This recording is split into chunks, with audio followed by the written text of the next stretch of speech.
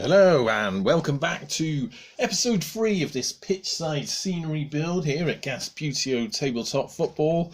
And where have we gone now? We've moved along a little bit. So if you remember last time, I started building this sort of wooden frame, and then what I was doing is getting scrap bits of wood. I've left a piece uncovered here for the moment, and I was just gluing them together, wood glue. It really was scrappy bits of wood because I want it to have that sort of natural, rough and ready sort of look.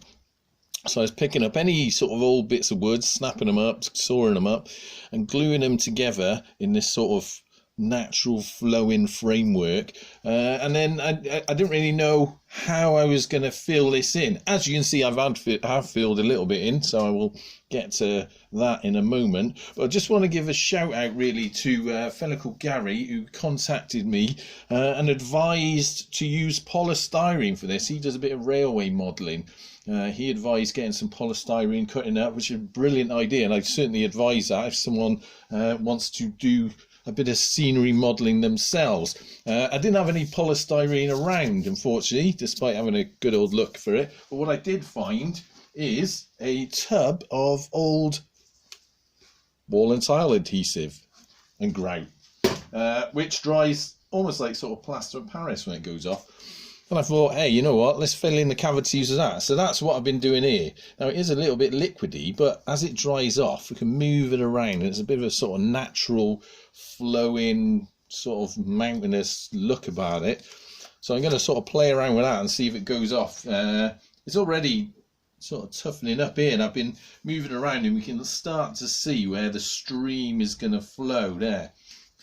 And I'm going to fill this in. So what I've done, where I've glued this sort of framework in, these bits and pieces, all I'm going to be doing, I left that bit so I could show you what I was doing, is spooning it in, and it does sort of find its own level. So, you know, unless I want it perfectly smooth, I'm going to have to mess around with it as it goes off and get them sort of textures and rocks of mountains and whatnot in there. But yeah, it's very easy to do, although this is quite heavy when you pick it up. So I'm going to fill that in. The general plan I've had, as you know, I'm sort of making this up as I go along, is that the little stream part's going to come in by here and then sort of roll down that way. And eventually we'll get to the sort of sea level, ground level area over there. But yeah, this is where we're at in a minute. So I'm going to sort of play with this, see if this goes nice and hard. If it does, that'd be great, because then I can sand it into shape. And this bit's going to be a sort of top bit, a sort of viewing bit. And yeah, we'll see where we go from there. So that's it. So what I'll do now is I will fill this all in, cover it in this stuff, let it all go off, sand it back to the sort of shape that I want. And then I'll get back to you with putting it in place and spraying it and fitting it into the bit that's going to be on the ground level.